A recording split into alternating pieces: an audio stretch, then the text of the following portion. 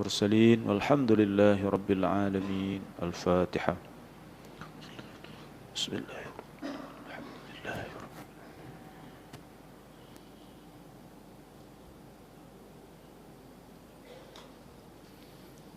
Bismillahirrahmanirrahim. Assalamualaikum warahmatullahi wabarakatuh. Alhamdulillahi rabbil alamin. Wabihi nasta'in ala umurid dunya waddin. Wassalatu wassalamu ala ashrafil anbiya'i wal mursalin Sayyidina Muhammad wa ala alihi wa sahbihi ajma'in. Amma ba'du.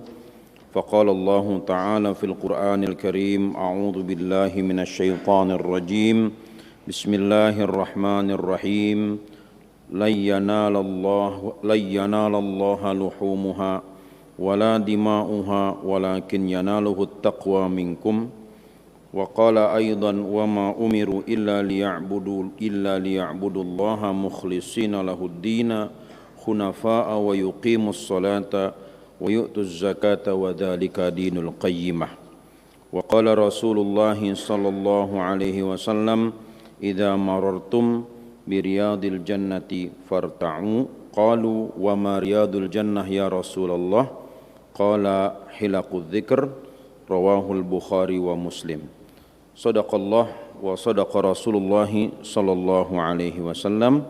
Hadirin yang dimuliakan Allah, alhamdulillah siang hari ini kembali kita dipertemukan oleh Allah Subhanahu wa taala di dalam majlis yang insyaallah penuh dengan keberkahan, penuh dengan rahmat, dan semoga kita yang ada di dalam majlis ini Allah Subhanahu wa taala jadikan sebagai hamba-hamba yang dipilih untuk dikumpulkan nanti di yaumul qiyamah bersama Nabi Muhammad sallallahu alaihi wasallam.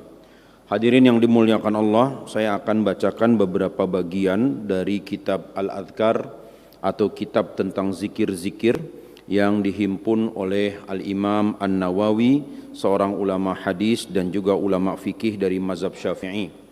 Beliau mengatakan bismillahirrahmanirrahim, i'lam annahu yanbaghi liman balaghahu syai'un fi fadailil a'mali ay ya'mala bihi walau marratan wahidatan liyakuna min ahlihi. Ketahuilah bahwasanya seharusnya jika ada orang yang mendapatkan pengetahuan atau mendapatkan informasi mengenai fadilah amal, yaitu amal-amal yang disebutkan di dalam hadis tetapi tidak sampai pada derajat wajib. Ya, jadi ada amalan-amalan yang memang derajatnya wajib harus dilakukan dan tidak boleh ditinggalkan. Antara lain adalah sholat yang 5 waktu, puasa di bulan Ramadan, melaksanakan zakat, ya, kemudian melaksanakan ibadah haji bagi yang mampu. Nah, ada juga amal yang dianggap sebagai amal mandubah, al-a'malul mandubah, yaitu amal-amal tambahan yang fungsinya adalah menambah kekurangan dari atau menambah ketidaksempurnaan dari amal yang wajib. Misal kita melaksanakan sholat fardu, sholat zuhur ini ada yang kurang sempurna dari rukun yang tanpa kita sadari ditinggalkan rukunnya, atau kita tidak sempurna melaksanakan sholat zuhur ini karena tidak khusyuk, maka itu disempurnakan dengan sholat ba'diyah zuhur.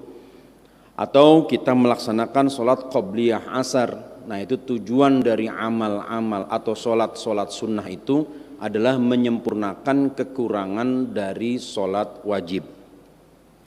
Nah, ada lagi amal-amal yang sifatnya fadail, yang dia mempunyai keutamaan seperti puasa di bulan Muharram, kemudian puasa di bulan-bulan yang dimuliakan seperti di bulan Rajab, di bulan Sya'ban. Karena Rasulullah Shallallahu Alaihi Wasallam sebagaimana dikatakan oleh Ibnu Abbas, Rasulullah Shallallahu Alaihi Wasallam terkadang beliau terlihat puasa di bulan Sya'ban, terkadang beliau terlihat tidak puasa. Tetapi yang perlu kita garis bawahi, tidak puasanya Nabi itu bukan berarti Nabi makan banyak. Nabi itu kalau tidak puasa, makan itu maksimal 1 hari sekali. Itu maksimal makannya Nabi. Nah, Umar bin Khattab radhiyallahu anhu menggambarkan bagaimana porsi makan umat Islam pada masa Nabi. Ini di kalangan sahabat. Jadi sampai-sampai Umar itu mengambil gandum, kemudian digenggam gandum itu, kata Umar, kalau saya gandum segenggam ini cukup buat 7 hari, kata Umar bin Khattab. Gandum yang segenggam itu cukup buat 7 hari. Jadi gandum itu nanti dikasih air, dibikin bubur, dicampur dengan minyak samin. Itulah makanan para sahabat. Jadi makanannya itu bukan murni kurma saja, tetapi juga gandum. Nah, orang Arab baru kenal yang namanya nasi biryani, nasi mandi, nasi kabsyah itu setelah orang-orang India berimigrasi datang ke Arab. Mereka bekerja di Saudi Arabia, melihat perkembangan Saudi Arabia pada tahun 70-an, setelah Saudi Arabia mendirikan Aramco, Arab American Oil Company, itu perusahaan minyak kerjasama patungan antara Arab dengan Amerika, barulah orang-orang India datang ke Arab berbondong-bondong. Jadi dulu itu nggak begitu banyak orang India datang ke Saudi Arabia, karena memang Saudi Arabia dulu belum semakmur sekarang. Nah, jadi 70-an itu mulai banyak pekerja-pekerja India, mereka memperkenalkan berbagai macam makanan yang sekarang kita disebut sebagai makanan Arab. Padahal aslinya makanan Arab itu bukan nasi mandi, bukan nasi kebuli. Kalau nasi kebuli itu nasi Arab versi Betawi, itu nasi kebuli. Kenapa? Karena temennya itu bukan daging kambing tapi jengkol. Nah, itu di antara cirinya di situ. Jadi orang Betawi itu karena mereka nggak sanggup beli daging mungkin ya, jadi akhirnya diganti dengan jengkol. Nah, sehingga kita tidak bisa bedakan antara nasi kebuli dengan nasi uduk. Hadirin yang dimuliakan Allah, jadi Rasulullah SAW makannya itu gandum. Rasulullah suka sekali dengan semangka, bahkan sampai ada hadis musalsal tentang bagaimana cara Rasulullah makan buah semangka. Jadi sampai ditunjukkan bagaimana caranya Nabi itu makan buah semangka. Juga ada hadis tentang Rasulullah suka dengan kaki kambing bagian depan. Jadi Rasulullah makan daging kambing itu bukan daging bagian badan, tetapi justru beliau makan daging kambing di kaki bagian depan. Nah, itu ada satu hadis yang memang sahih menjelaskan kegemaran Rasulullah memakan daging kaki kambing bagian depan. Nah, kata Imam Nawawi, kalau ada informasi tentang fadilah-fadilah amal-amal yang utama itu, lakukan walaupun cuma sekali. Liyakuna min ahlihi, agar orang itu atau agar kita menjadi orang yang dicatat oleh Allah sebagai ahlu sunnah. Jadi yang disebut ahlu sunnah itu adalah orang yang mengamalkan ibadah-ibadah sunnah meskipun satu kali, atau meskipun satu sunnah saja dia lakukan. Tapi ini dikecualikan dengan poligami ya Bapak sekalian ya, karena ada yang mengatakan pelaku poligami itu pengamal sunnah. Dia lupa kaidah. Ada kaidahnya itu, perempuan itu senang dikasih mas kawin tapi nggak senang mas kawin lagi. Nah, itu aja. Itu kaidahnya harus kita pahami itu. Jadi perempuan itu senang dikasih mas kawin tapi nggak senang mas kawin lagi. Itu kaidahnya. Jadi jangan itu kemudian dikatakan sunnahnya itu poligami. Apalagi PNS ada terikat dengan PP nomor 10. Jadi kalau orang itu mengamalkan satu sunnah, walaupun sekali saja dia mengamalkan satu sunnah, maka dia dianggap sebagai ahlus sunnah. Ini pendapat Imam Nawawi bukan tanpa dasar, tapi justru didasarkan dari pendapat sahabat Nabi yang bernama Hudzaifah bin Yaman. Hudzaifah bin Yaman sebagaimana diriwayatkan oleh Imam Bukhari pernah menegur orang yang meninggalkan amalan sunnah. Sehingga kata Hudzaifah bin Yaman, kalau begitu kamu bukan pengikut sunnah, tidak mengikuti sunnah Nabi. Lakukanlah sunnah itu walaupun cuma sekali, supaya kamu masuk ke dalam golongan orang yang disebut sebagai ahlus sunnah. Nah, ini perlu kita pertegas supaya kita tidak keliru di dalam memahami ahlus sunnah. Karena ada orang yang memahami ahlus sunnah itu kaitannya dengan pengajian tertentu, enggak begitu. Ahlus sunnah itu orang yang mengamalkan sunnah walaupun cuma sekali, maka dia dicatat sebagai ahlus sunnah. Nah, dalam kaitan itu Al-Imam An-Nawawi mengatakan lakukan amalan-amalan sunnah itu walaupun sekali seumur hidup. Liyakuna min ahlihi, supaya orang itu tercatat sebagai golongan ahli sunnah. Wala yanbaghi ayyatrukahu mutlaqan bal ya'ti bima tayassara minhu. Dan jangan sampai dia tinggalkan sama sekali amalan sunnah. Misalnya kita pernah puasa Senin Kemis, paling tidak seumur hidup pernah puasa Senin Kemis. Pernah puasa, walaupun cuma sekali puasa hari Senin, sekali hari Kemis. Paling tidak itu. Kenapa harus dilakukan? Supaya nanti di yaumul kiamah ketika kita ngaku, minta diaku sebagai umat Nabi Muhammad SAW, Nabi mengenali kita. Karena nanti di yaumul kiamah itu sebagaimana disebut di dalam Quran surat Al-Isra ayat 71, Allah mengatakan semua orang itu nanti dipanggil menurut imam mereka. Yauma nad'u kulla unasim bi imamihim. Pada hari itu kami panggil semua manusia menurut imam-imam mereka. Nah, imam-imam di sini bukan imam mazhab, bukan imam pemimpin ormas, bukan imam pemimpin majelis taklim, bukan imam pemimpin sholat, bukan. Yang dimaksud dengan imam di sini adalah para nabi dan rasul. Jadi nanti di hari kiamat orang itu dikelompokkan menurut nabi-nabinya. Umatnya Nabi Musa, umatnya Nabi Zakaria, umatnya Nabi Ibrahim, umat Nabi ini, sampai umat Nabi Muhammad SAW. Nah, ketika Allah memanggil manusia itu menurut nabi-nabinya, menurut rasul-rasul yang datang kepada mereka itu, kita yang akhir zaman ini minta diaku sebagai umat Nabi Muhammad SAW. Semua minta diaku.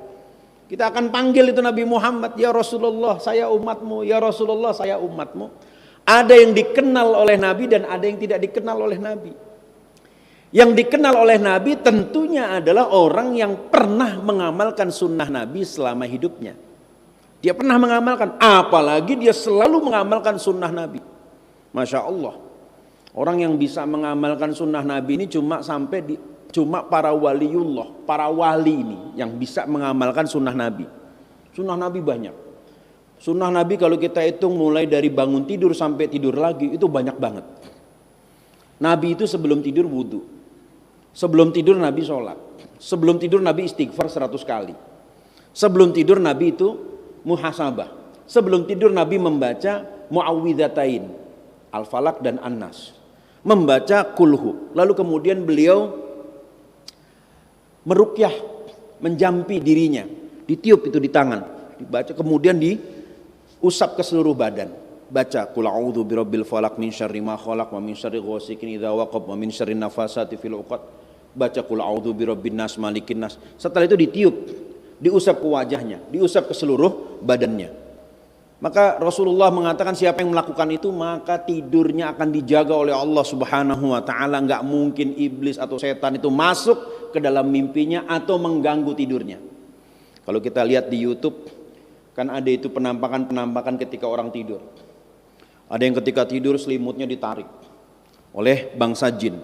Ada yang ketika tidur diganggu dia. Terutama perempuan paling gampang diganggu. Kenapa? Karena perempuan itu dia mengalami haid, mengalami masa janabah. Apalagi kalau dia tidur dalam keadaan janabah. Naudzubillah, kalau tidur dalam keadaan janabah, dalam keadaan junub, maka sudah pasti bangsa jin akan mengganggu. Gangguan jin itu ada dua. Ada gangguan yang memang dikirim oleh orang yang dengki kepada kita, dikirim gitu, sehingga akhirnya kita kena penyakit karena kiriman jin. Ada juga bangsa jin yang memang senang sama kita. Ya, kalau kita laki-laki yang senang ke kita jin perempuan. Kalau istri kita, anak kita yang perempuan, yang senang adalah jin laki-laki. Kenapa bisa senang?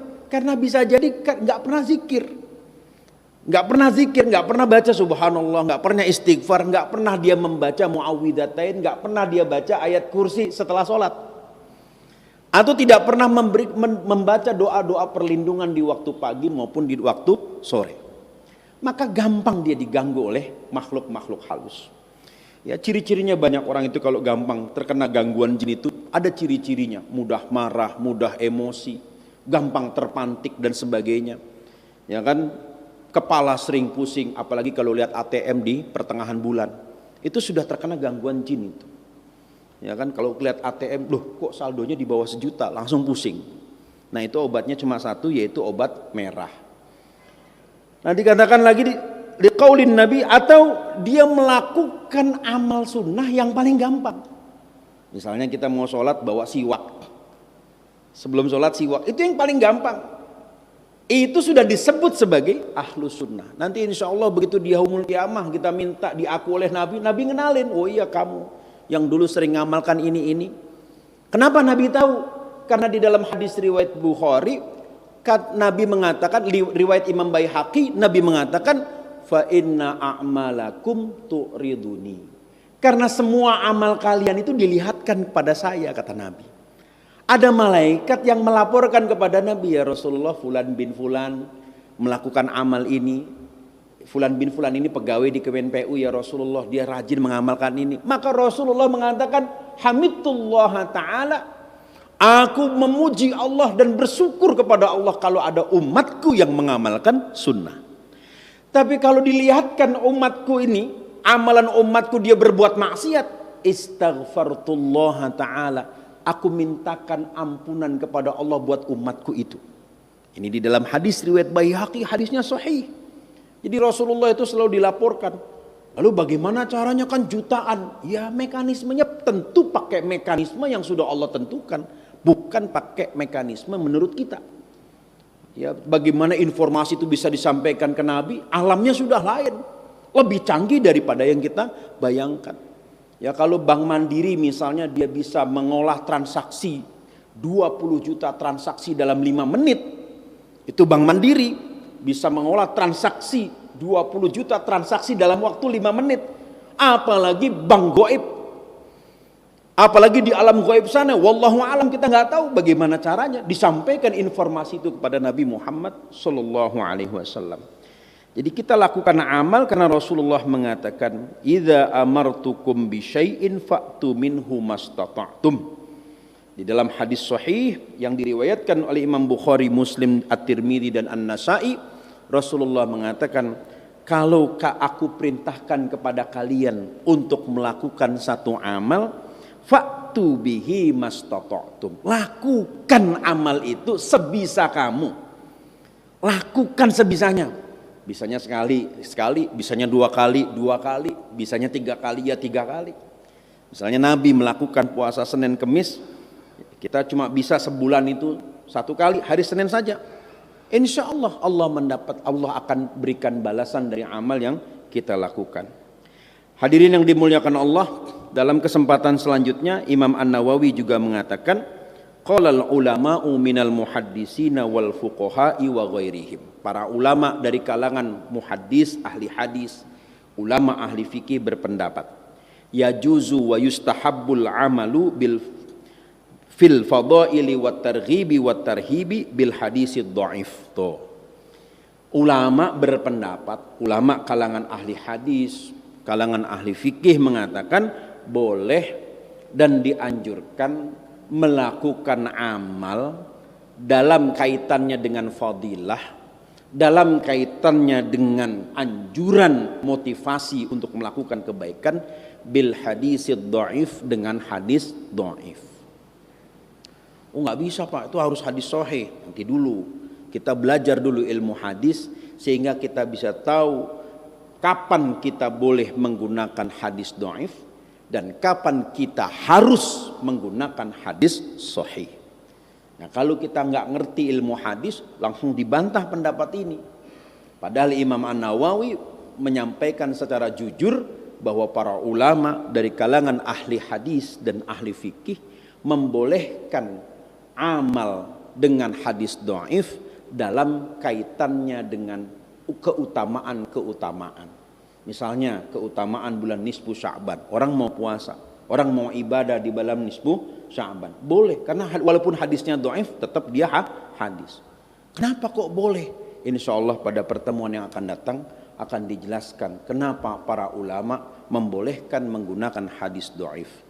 Nanti ada batasan tentang hadis dhaif yang seperti apa yang boleh dilakukan. Hadanallahu wa iyyakum ajma'in wa ma taufiqi illa billah alaihi tawakkaltu wa ilaihi unib.